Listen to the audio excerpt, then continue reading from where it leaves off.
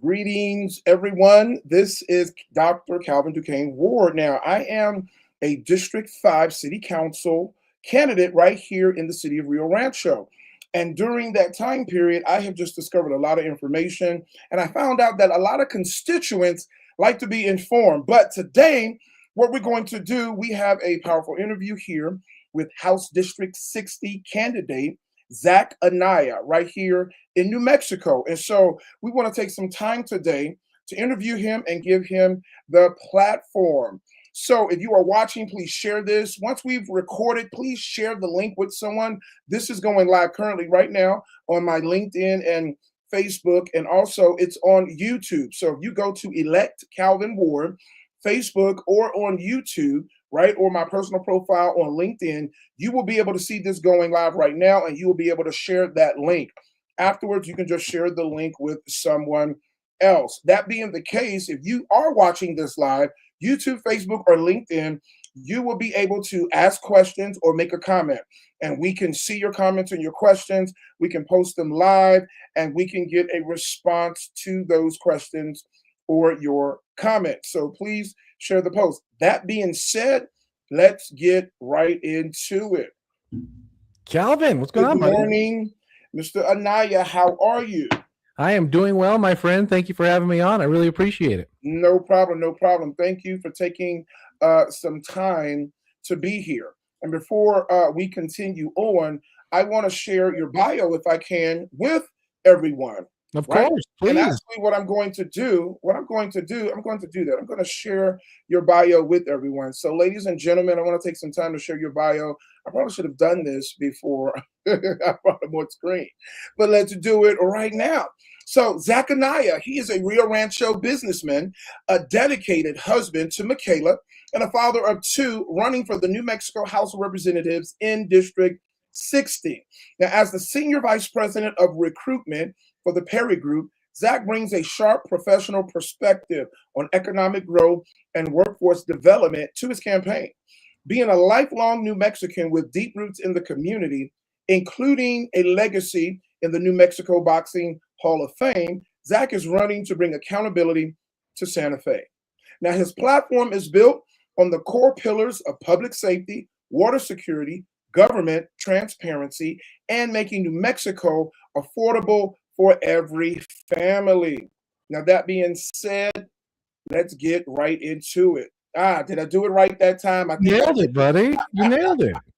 I think I did it right that time. So that's the introduction. All right. Well, good morning. How are you? I am doing well, doctor. How are you? I am doing fine. All is well this morning. Yesterday was a nice day. Went out walking on the campaign trail.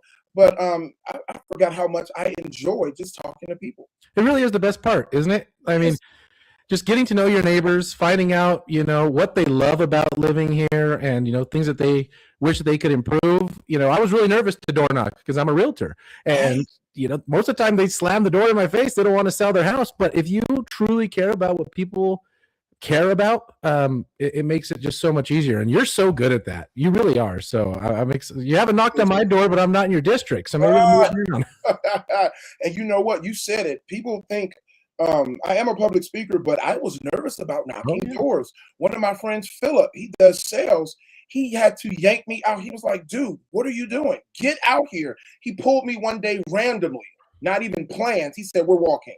Mm-hmm. And that just broke the ice. I so needed that, right?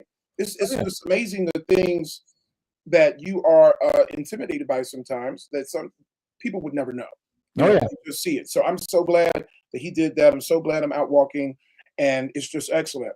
So Zach, can you introduce yourself to us? I know I just read your bio, so can you introduce yourselves to us or tell us something about you that we don't readily know? You have the floor. All right. Well, thank you, Calvin. I think you hit on all the important things, specifically that my wife is Michaela, my better half. I have two kids, Malik and Noah. They're 3 and they're 1, and they're absolutely fantastic. I have a wonderful job with the Perry Group, as you mentioned, and I'm running for New Mexico House of Representatives in District 60. Things you might not know about me. I have been a baseball umpire since I was 13 years old because I was not the best athlete. And I worked for ProView Networks from the time I was 16 till the time I was about 28 years old, broadcasting high school sports. And that's really where I fell in love with the city of Rio Rancho. They would send me up here to cover Rams games and the Storm games, and then softball tournaments up at Rio Rancho High School. And I always told my parents, when I grow up, I'm going to move to Rio Rancho. And I kind of spoke that one into existence. So, yeah, sports are a huge part of my life. As soon as we're done here, I'm going to have the PGA Tour playing on my second screen. I also golf avidly. I'm a horrible golfer, so I won't lie about that. But yeah, I think that's pretty much the basics, man. I mean, life's pretty hectic right now across the board between the campaign, work, and raising a family. But I don't think I would have it any other way. But yeah, I think we'll get into more of the details as we go along here. Okay, awesome. And before we get into some of these questions and topics, in general, how's the campaign been for you so far? It's been great. We're running against an incumbent. We're running in a primary in June for the Republican nomination, and we're running against an incumbent who I have no personal animosity towards in any way, shape, or form. And I think the best thing about this campaign is what we talked about on the open, right? Is that I've been able to meet people and they're able to address their concerns to me. And I'm actually going to be coming out with a book before the election, and it talks about my journey through politics professionally and some other things that I've gone through. And I've always worked for the candidate when I was an intern, when I was a kid, or just volunteering. And now being the candidate, you kind of understand why they were never in headquarters, because they were just out there meeting people. And I never thought that would be something that I actually enjoyed. But I have to tell you, man, even if I don't win, I think I'm going to keep knocking doors and talking to people. Absolutely. That is absolutely fantastic. I feel the exact same way. Now, that being the case, we can get right into these questions. And again, if you are watching this, you can feel free to comment on YouTube or LinkedIn or Facebook. I'll be able to see your comment or your question. But there are some questions here, according to the platform that you are running on, that I'll post up as well. And I'll ask you as well. So let's get into it. Do it, buddy. Here we go. All right. So your campaign spark, right? So you've had a successful career in the private sector. Now, what was the specific moment or issue that made Zach say, I need to run for House District 60? That's probably the question that I get asked the most. They word it differently. No, they say, why are you doing this? Why would you put yourself out there like this? But I think the success that we've had professionally, my wife and I, and the businesses that we've helped grow, and in some cases turn around, really gave us financial incentive or financial freedom, I should say, to be able to do this. But like I said, it wasn't just a spark, Calvin. I've seen what's been going on in New Mexico. We lived in Utah for about a year, and I saw how a properly run state can make the lives of their citizens so much better. And we had serious conversations about staying in Utah and not coming back here. But I told my wife we need to be able to improve the state of the state that we come from. So we moved back, and eventually we moved into Rio Rancho. That was about 4 years ago. And what I saw was not the same Rio Rancho I fell in love with as a kid. It's a different city. And I'm not saying it's a bad city by any means, but we're a new generation of Rio Rancho residents. We're not in AMRAP homes. We are in Pulte homes. Our population is the fastest growing population in the state. And that means it's a whole new group of voters. It's a whole new group of ideas. And as I looked around, I saw so many young husbands and fathers and mothers and wives that I think would do a fantastic job at this, but they don't have that same type of freedom. So we've been incredibly blessed professionally, and I think we have the right ideas to implement in Santa Fe. So this is the perfect time. I always use the quote, if not me, who? If not now, when? And even if I don't win this election, Calvin, at least, in a couple of years, I can look my kids in the eye and say, I tried. That's really what it comes down to, because I love this state. I love this city. I love this district. And I want to make it better. And that's really what it's all about, right? Absolutely. And I like that. You said, I tried. I wanted to ask you on that, You know, it's my job. No, no, do it. Dig away, man. Give me a You gotcha went to question. Utah. So, what are one or two things that you saw in Utah? You can do one to three, whatever you want to mention. It can be just one main thing. You mentioned you saw in Utah, you know, how the government, a properly ran government, or operating can really help the citizens. What are one or two things that you saw there that caught your attention that made you make that comment? I think the government stays out of people's business in Utah. You know what I'm saying? I mean, I didn't hear anybody complaining about the government, but I also didn't hear anybody say how wonderful it is. They focus on the things that matter, right? I never was stuck in a traffic jam in Salt Lake City, Utah. Now it's getting different because they're growing for the Olympic Winter Games again, but I never got stuck in a traffic jam. Um, I never heard reports of crime every single day. I never saw them talk about how poorly run their education department is because they allow the school districts to make decisions. So it's really kind of like staying out of the way and focusing on the problems that matter: infrastructure, education, and crime, and not getting into the identity politics that we've seen across the country and in New Mexico specifically over the last couple of years. I think we focus on the wrong things in Santa Fe. I think we focus on the wrong things in City Hall in a lot of cases, both ours and across the state. But if you focus on those three main pillars, on making sure that driving conditions are better, schools are better, and we are safe, that invites the private sector in to invest in a community, because people don't want to move here if their kids aren't going to be educated. People don't want to move here if they're not going to be safe. And most importantly, and I think it gets overlooked a lot, people don't want to move here if they're going to be sitting in traffic for an hour and a half. I mean, they could just stay in Los Angeles for that, right? So that's what I loved about Salt Lake City. That's what I loved about Utah. And I'm back there pretty often. That's where our headquarters is, and I see it all over again. And I want to bring those same ideas, maybe a little bit different, to New Mexico, because we are a different electorate. But that's what I saw in the year that we were up there. Okay, awesome, awesome. Now I'm going to the personal resilience here. Okay. So let's go there. Okay, so you've been open about your journey in recovery since 2020. I'm going to ask you about that now. How has this experience shaped your views on personal accountability and how you would approach policy in Santa Fe? And then, can you please elaborate on that journey and recovery from what? I was an active drug addiction. I mean, specifically, it was cocaine. It started in college, and I kept going until March of 2020. And I woke up one morning, and I called my mom. I told her, I'm done with this. Can you come pick me up? And she said, leave everything that you have, wherever you are, and I'll be right there. And she picked me up, and she was driving me home, and she said, we're going to help you, but you have to do this. And that was one of the first times in my life where, probably the first time in my life, truly, that I realized that with all the support you could possibly have, if you don't choose to do something, it's not going to happen. And I think that's the same thing that's happening in Santa Fe. We send our leaders, whether it's the governor, our senators, or our representatives up there, to enact the will of the people. And they can have the support of their voters. They can speak very well on the campaign trail or in interviews like this.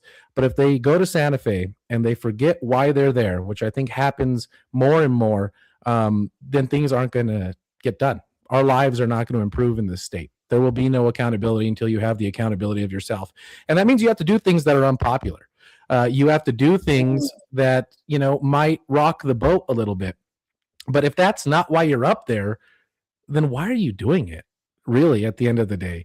And I think we have a lot of elected officials that have different ideas than me, that think they are doing the right thing. They truly do. But that's why we need a diverse voice in Santa Fe. We don't need a tactician. We don't need a technician in Santa Fe. We need somebody with accountability and somebody that's gone through what I've gone through. I mean, if you look in New Mexico, 90% of our citizens have either been in the throes of addiction or are related to somebody that are in active addiction or recovery.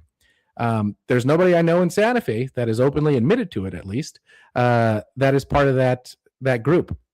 And if we want to have true representation, a citizen legislature, then we need to have the representation of everybody.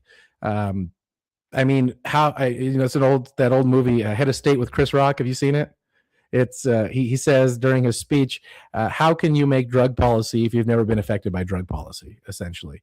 And that's what I'm going to Santa Fe to do, is to ensure that we have true accountability for our politicians and for our criminals, because some of the things that I was doing could be looked at as criminal activity. And I'm just blessed that I wasn't caught, and my life could have been so much different if I was. But at the end of the day, people need to have that fear of the criminal justice system as well. So a lot of people ask me, are you going to be, lax on crime because, of the lifestyle you lived?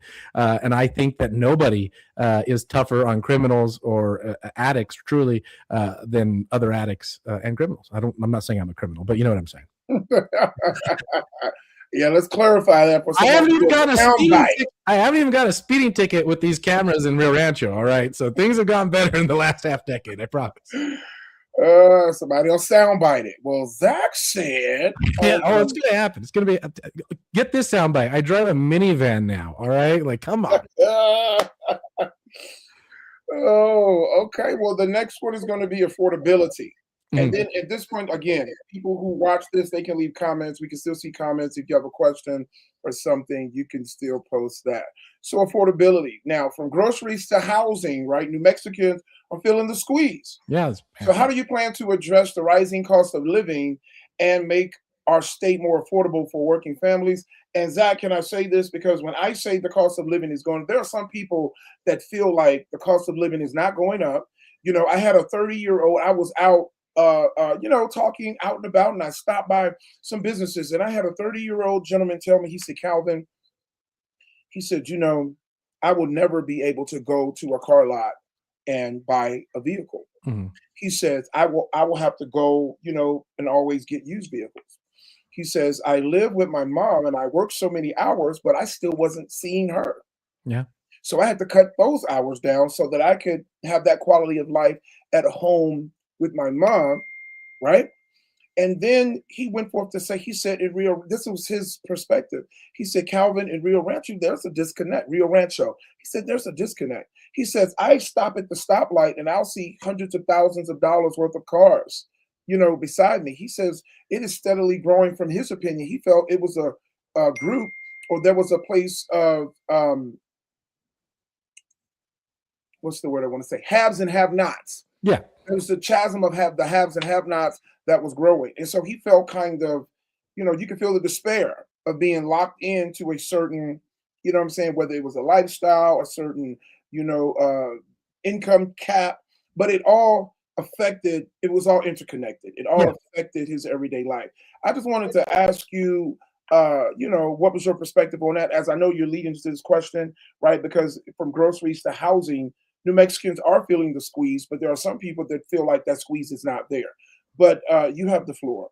No, thank you. I'll address a couple parts of that first.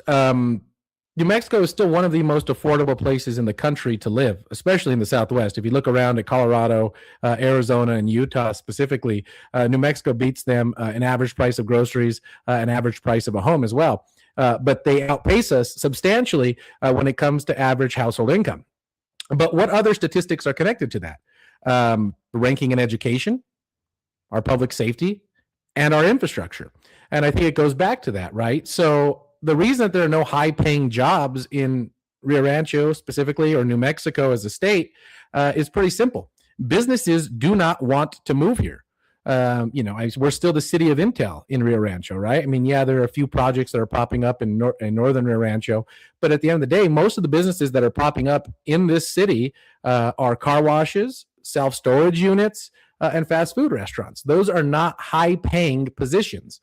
If we focus our energy on raising our education standards, on making our state and our city safer, and ensuring that our infrastructure is built out, then the high-paying jobs will come. And I think Duke Rodriguez, he's running for governor, has one of my favorite quotes, and he's running his campaign on it. We are not by any means a poor state. Right. We are a poorly run state.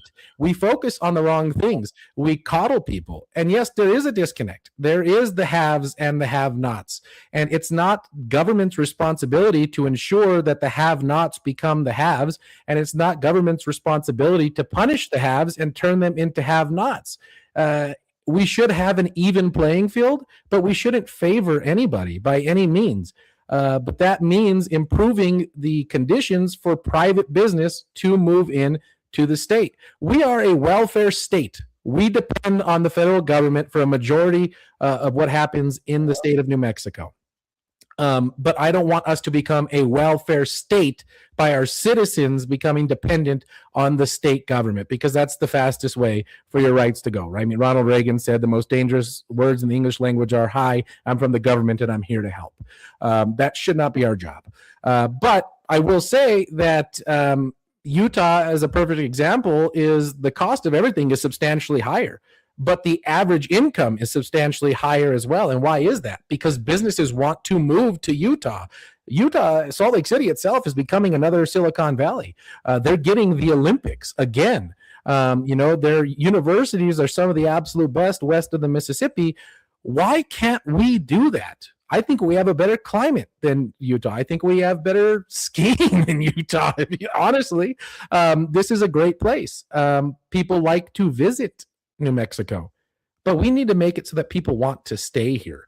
People should want to move to New Mexico. During COVID, they showed the data of how many people were leaving California and moving into Arizona, Utah, and Texas, and even Oklahoma, but skipping us entirely. Why is that? What makes New Mexico different? We are a poorly run state. And I think it's just because of the generations of leadership that we've had in Santa Fe. And I'm not even blaming the current leadership in Santa Fe in the House and the Senate. I'm blaming every leader that we've had since 1988. And that seems to be right around the time that New Mexico hit an inflection point and turned into whatever this is. I don't want to call this a socialist utopia because I think that's a buzzword, but we are a left-run state, and it's not working. I think everybody sees that it's not working, but for some reason we keep electing the same type of people from both parties to leadership positions in the state and locally. Wow. Well said. And let's move on to your next question. Thank you. Public safety. Mm-hmm. Public safety and crime.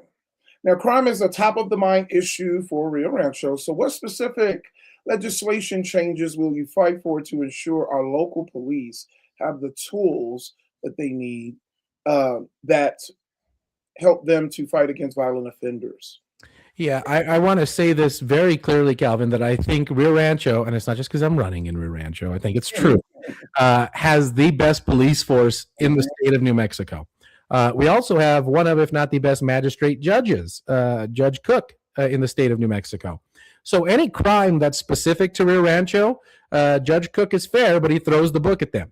The problem is the state of New Mexico and Sandoval County make it incredibly difficult for our police officers. The system of catch and release, the revolving door of criminals, and the fact that cash bail has been eliminated in the state of New Mexico explains a majority of the crime that happens. If you look at the statistics, 45% of offenders will reoffend within 1 year of being released in an early release system.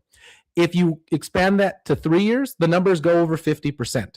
So we do not have a high crime problem in New Mexico, individual crime. We have a high criminal problem in New Mexico.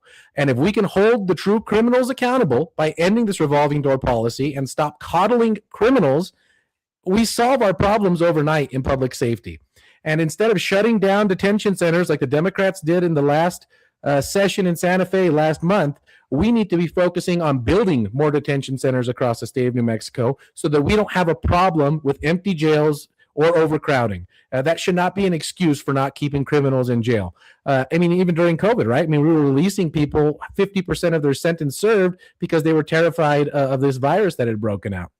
And at the end of the day, we care more about our criminals in this state than we care about our victims and our police force. And I'm going to Santa Fe to end that. And you know what? I might not be able to do it through legislation, but I'll tell you this right now, Calvin. If I am elected, I will be a thorn in the side of anybody who chooses criminals over victims. Absolutely right. I asked someone, we were talking about gun rights, right? Mm. It seems like sometimes that policies, whether they aim to do it on purpose or not, it seems like that some policies declaw the citizen, empower, the offender. Yeah. And so sometimes that can be the perception when you look at some of these things that are going on. Well said. So let's get to affordability, right? And I think you mentioned that one already. No, let's go down here. We can always be more affordable, buddy. Water security. So water security, right? This is a critical issue for our region, right? What is your vision for protecting New Mexico's water future and ensuring Rio Rancho has the resources it needs to grow sustainably? Yeah, I think that if you look at the capital outlay projects that are selected by our representatives and our senators in Santa Fe, some of them are fantastic projects. Getting new police vehicles, getting new fire department vehicles, but some of them are wasted on road projects that simply just never get done. In some cases, like in Rio Rancho, we use our capital outlay money to pay for turf for a city or excuse me, a sports team that plays in a different city, and fund private enterprises. We even did one for equestrian therapeutic sessions, which is really cool. $75,000 to that. But my plan is to ensure that every cent that gets allocated to District 60 goes to water conservation. Because at the end of the day, we know the statistics, right? You can go weeks without food, but only days without water. We need to focus on ensuring that the water infrastructure in Rio Rancho is protected for generations to come. Otherwise, we will become a ghost town. We have our water treatment plants and our new water facilities that have gone up. I'm not sure about you, Calvin, but our water tastes just a little bit different since those reclamation projects started. Zach, don't start nothing. Going live. So, it does. I have to tell people, on my flyers, again, for my District 5 City Council run, on my flyers, I have hair. I have the Bart Simpson twists on my flyers, and I call them the Bart Simpson cones, and I have a long beard. For 2 weeks, I tried just drinking the water in my house from the sink. And the reason why someone told me that it was false advertising. They said, you don't have any hair, that's false advertisement. I had to cut my hair off because of the water. Yes, you're right, it does taste different. Mm-hmm. And I saw what it did to my skin, skin chemistry. And it actually, now that I'm thinking about this, Zach, it actually did. It affected, now this is Calvin. I'm not saying this for anybody else. It affected me a little bit on my throat, but I had to cut my hair just to be able to deal with my skin and how dry it got and the pH and all of that. Yeah, so it's crazy. It really is. It is. And I don't have the statistics to back me up, so I'm not going to quote any statistics, but Absolutely. I'm pretty sure that, opening 5 new car washes over the course of 6 months is affecting our water supply. So we need to make sure that we have the same type of regulations on car washes and water wasting businesses that we have on our our recreational marijuana distribution centers, right? They can't be within 300 yards of one another. We should have the same type of restrictions across the city of Rio Rancho. Our water is such a precious resource. I think it's more important than gold, truly, in Rio Rancho. And until we address that problem, things are not going to get better. It doesn't matter how nice your roads are. It doesn't matter how safe your city is. If the populace is not is dehydrated, is not getting enough water, the city will not be able to grow. And that's why I propose that we have a new study done by an independent third party to determine if Rio Rancho is growing too quickly. I live in a new development. I understand the kind of water it took to develop this area, as well as the amount of water that we consume. And that is dangerous to every single member of this community. Across multiple lines, every cent that we receive will go to public safety and to infrastructure, specifically roads and water. I'm not going to waste it on pet projects. Zach, I had to go off screen because when you made your comment about these car washes, I'm sorry, I just had a laughing moment. I had some, I just bursted out in laughter, so I had to leave the screen because some of the constituents here in District 5, we are one of the smallest districts, if Mhm. not the smallest in Rio Rancho. And by my last count, because when you said that, I said, is he talking about District 5? I said, by my last count, we have 5 car washes, Yeah. I believe. And we have the Mister, the Jiffy, there's 3 right out on 528, and we had 2 on Southern. Yeah. And then they're on the cross from Southern. There are 2 ice machines, but I'm laughing because I was hearing the voices of constituents. You know, when you knock on the door and I ask, "Hey, what are any issues or areas, excuse me, of concern for you?" And they say, "Well, can we stop building chicken places and putting up car washes?" And that is what I hear. And that's why when you said what you said, that is, I hear people in their own voice, making that Oh yeah. comment.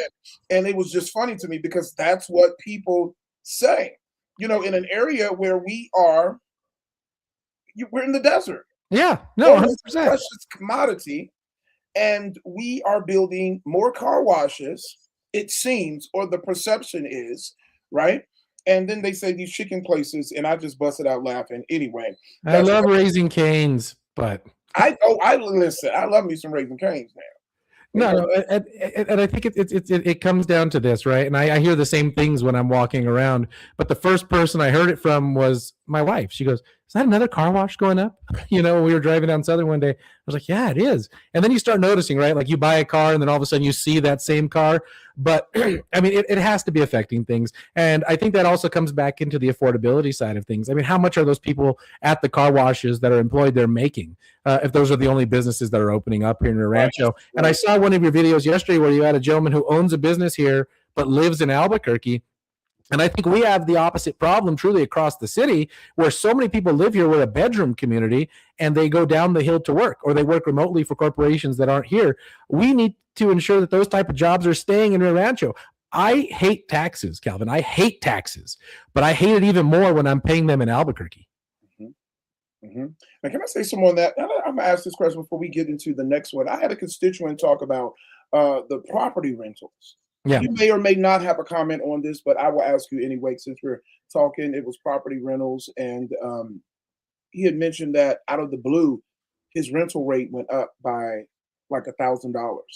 I was at another meeting, and one of the ladies had mentioned that one of the churches over here, they're seeing a lot of people come in for rent help because, like, she gave the example, there was a teacher who automatically their rent went up, and they were in danger of being kicked out because they could not afford it. Mm-hmm. I hear that constantly too, and my concern would be for senior citizens. Now, I have a business in Albuquerque, which was here, right? The reason I had to relocate is because of the rent hikes that were going up at that time, and I was not going to pay that much for the space that I needed.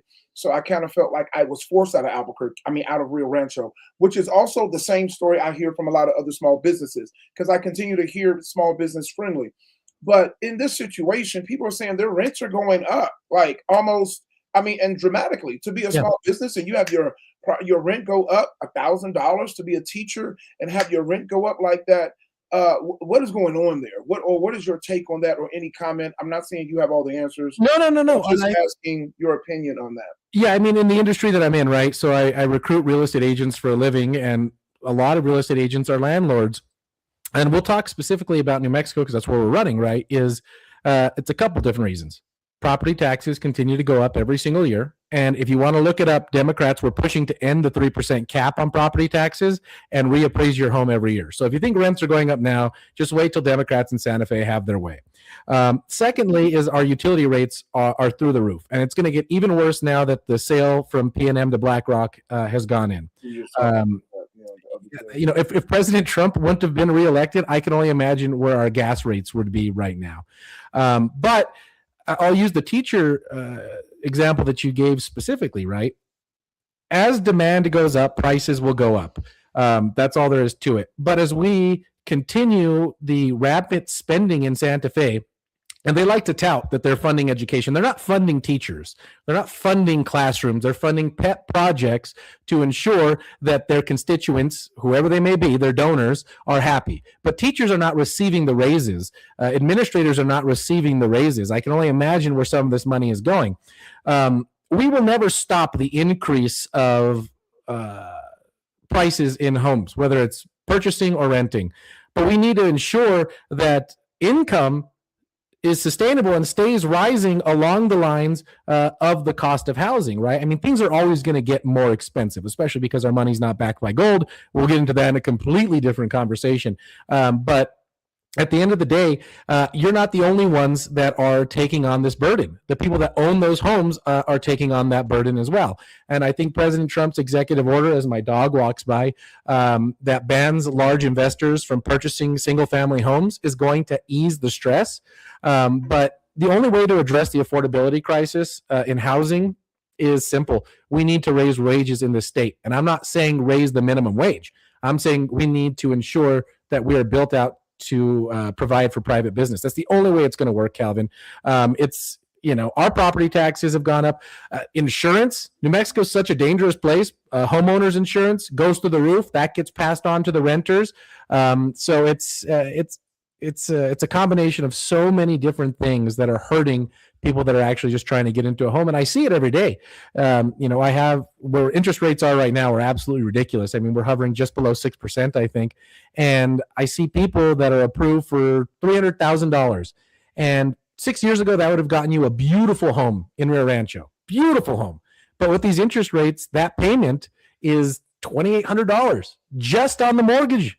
That doesn't include insurance or property taxes or anything like that. So it's rough for people, right? I mean, if you're spending half your income on your housing, that doesn't give you time to do other things. And I think so many people in these conversations say, that doesn't give you time to have the freedom that you want to do. But it also doesn't give you time to invest in other businesses. It doesn't give you time to stimulate the economy by going out and having fun, whether that's, going and having a beer or going and, patronizing a local establishment. And it's sad. It really is. But like I said on the opening, you look at the other states, their house prices are so much higher than ours. But their income is keeping up with that inflation. And we're simply not. We're not. Well, government accountability, Zach. Let's do it. All right. Well, many voters feel like Santa Fe isn't listening. So what does government accountability look like to you? And how do you plan to bring more transparency to the Roundhouse? All right. I like this one. Your opponent, what do you think her biggest concern is right now? Not getting reelected, right? That's especially running against you. I'd be pretty concerned too. That's everybody's biggest concern. We have such a short-term mindset in this country. 2 years for representatives, 4 years for senators, and they're just concerned about getting on the ballot again and getting reelected. By enacting term limits, 3 terms in the House and 2 terms in the Senate, we assure accountability. If someone's not doing their job and they're able to pull the wool over the eyes of their constituents, that's fine. They're gone in 6 to 8 years. That was the first and only pledge that I've signed since getting into this race, is to call for term limits my first day in office. That will be the first piece of legislation that I write. Secondly, if you go back a couple of years, even 5 years, you had 2 types of legislators that passed horrible bills. Sorry, my dog is just bucking me down here. That pass horrible bills. You have the ignorant and you have the corrupt. Well, through the use of artificial intelligence, you can summarize every single bill that's going through the Roundhouse and the Senate instantly. So the ignorance pot is turning and turning and turning. It's going to disappear. So everything that's left, if a bad bill is passed, it is 100% corruption and nothing else. So we just need to make it so that the populace is educated. I think we did a really good job with SB 17, the illegal gun grab. We were able to kill it in the Senate in committee with amendments. And that's because we educated people and we made it so that they were able to easily digest. I mean, I'm able to put into a 90 second to 2 minute video exactly what's in a bill. Why can't our legislatures do the same thing? It's simple. Some of them say, I didn't have time to read it. Well, what do you mean you didn't have time to read it? That's your entire job, is to read a bill, understand a bill, and then enact policy on that bill. What else are we paying you for? Oh, I'm sorry. We're not paying them. They want to get paid, Calvin. I'm sorry. They want to get paid $68,000 a year and have no term limits and get a $5,000 a month pension after 8 years. What are we doing in Santa Fe? The only high-paying jobs that Democrats care about are their own. Well, we was in church, I would say, and the church said amen. But since we're not, let's go to the next question then. All righty. Local collaboration. Both of us are running for office right now. Of course, I'm District 5 City Council here in Rio Rancho, Mhm. and you're running for the House. How do you see the State House and City Council working together more effectively to solve issues facing our community? Well, I think that's a pretty unique question, Calvin, because if I lived in your district and you were, when you get elected, you would be my city councilor and I'd be your constituent. And if I get elected, I'd be your state rep and you'd be my constituent, right? Mm, So we have each other's best interest in mind. And I think nobody truly understands boots on the ground level more than state representatives, at least they should, state senators, city councilors, and mayors. So I think just having that open dialogue, right? I think you and I are able to have really productive conversations now as candidates, both on and off camera. But I want to be able to do that with every single city councilor that represents my district, whether it's 5 or 1. I want to be able to sit down with the mayor, whether that's Miss Rios, Zach Darden, Mike Meek, Paul Weimer. Whoever it is, I want to be able to have an open door policy for them to come in and tell me what they need in Santa Fe. And I expect the same type of open door policy if I can go down to City Hall and have conversations with them. I think at the local level, people are held accountable just a little bit more because you are truly representing your neighbors. But yeah, I think that we can do a lot of great things together and pass legislation both on the council and in the House that really benefits the state as a whole. But also remembering that we do have to be a little selfish. We represent a district, right? District 5, District 60, and ensure that the resources are pouring into those districts to make them better, and then in turn making the rest of the city better. But I honestly don't care what side of the aisle somebody is on. It makes it easier to work with sane people, whatever that means to you. But it's about being able to work together and ensure that we're doing the best thing for our constituents. My constituents outside of District 60 are a 3-year-old, a 1-year-old, and my wife. And if I can make their life better, that means we make everyone's life better. He's the 3-year-old. He said we could do that, and we'll end on this one here. So we've been going for a little while. This is under an hour, so this is good. We're going right on 45 minutes, which is wonderful. And so I want to end with your legacy, right? So this is something that I want to know about as well. So your family has a long history here in New Mexico, and so how does that legacy and being a father of 2 influence the way that you will represent us? So it's twofold. I mean, my grandpa and my dad, as well as my uncle, they're all in the New Mexico Boxing Hall of Fame. My dad was ranked number 12 in the world in his weight division at one point before he lost his finger. It was amputated, and he was never able to, get the championship that he chased so long. But he was one of the best amateurs that the state has ever seen. So I'll touch on my grandpa first, though. My grandpa has been a boxing coach in the state of New Mexico for over 55 years. He has been able to influence the lives of thousands of young men and young women over the course of those generations. And now he's able to see them as mothers and fathers, and some of them are grandparents now, which is making him feel a little old. But he would miss birthday parties. He would miss family vacations. He'd miss a lot because he had a whole other family that he was caring for. And I saw the sacrifice that he made.